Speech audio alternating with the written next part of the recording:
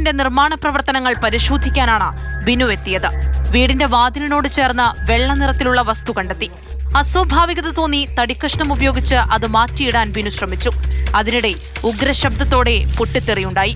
ഇടതു കൈപ്പത്തിക്കും 3 വിരലുകൾക്കും ഗുരുതര പരിക്കേറ്റു. 24 മണിക്കൂർ എന്റെ കൂടെ കുഞ്ഞുങ്ങളുണ്ടായിരുന്നു. എന്റെ മോളെ എന്റെ അടുത്ത് നിന്ന് മാറാതെ 2 പൊടി കുഞ്ഞുങ്ങൾ എപ്പോഴും ഇവിടെ ഉണ്ട്.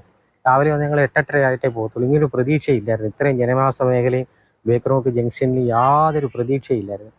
അതുകൊണ്ട് അത് കൈകൊണ്ടെടുത്ത് മാറ്റി. അവിടെ ആരാ ബോംബോ ഇതൊക്കെ ഇങ്ങനെയൊക്കെയുള്ള കാര്യങ്ങൾ വെക്കുന്ന ഒരു പ്രതീക്ഷയില്ലായിരുന്നു. ഒരിക്കലും വിചാരിച്ചില്ല. ജീവൻ തിരിച്ചു കിട്ടിയത് മഹാഭാഗ്യമാണെന്ന് എല്ലാവരും പറഞ്ഞു. ശകലം പോലും വയ്യ. ഉടൻ തന്നെ ബിനുവിനെ പുനലൂർ താലൂക്ക് ആശുപത്രിയിൽ എത്തിച്ചു. വിരലുകൾ അറ്റുപോയതിനാൽ വിദഗ്ധ ചികിത്സയ്ക്കായി തിരുവനന്തപുരം മെഡിക്കൽ കോളേജ് ആശുപത്രിയിലേക്ക് മാറ്റി. അവിടുത്തെ ചികിത്സകൾക്ക് ശേഷം ഇപ്പോൾ പുനലൂർ താലൂക്ക് ആശുപത്രിയിൽ പ്രവേശിപ്പിച്ചിരിക്കുകയാണ്. പന്നിശല്യമേറെയുള്ള പ്രദേശത്താണ് ബിനു പുതിയ വീട് നിർമ്മിക്കുന്നത്. പന്നികളെ തുരത്താൻ പ്രദേശവാസികൾ ആരെങ്കിലും സൂക്ഷിച്ചിരുന്നതാണ് പടക്കമെന്ന് സംശയിക്കുന്നു.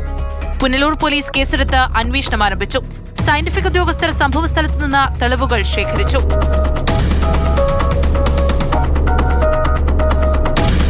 മാതൃഭൂമി ന്യൂസ്, കൊല്ലം.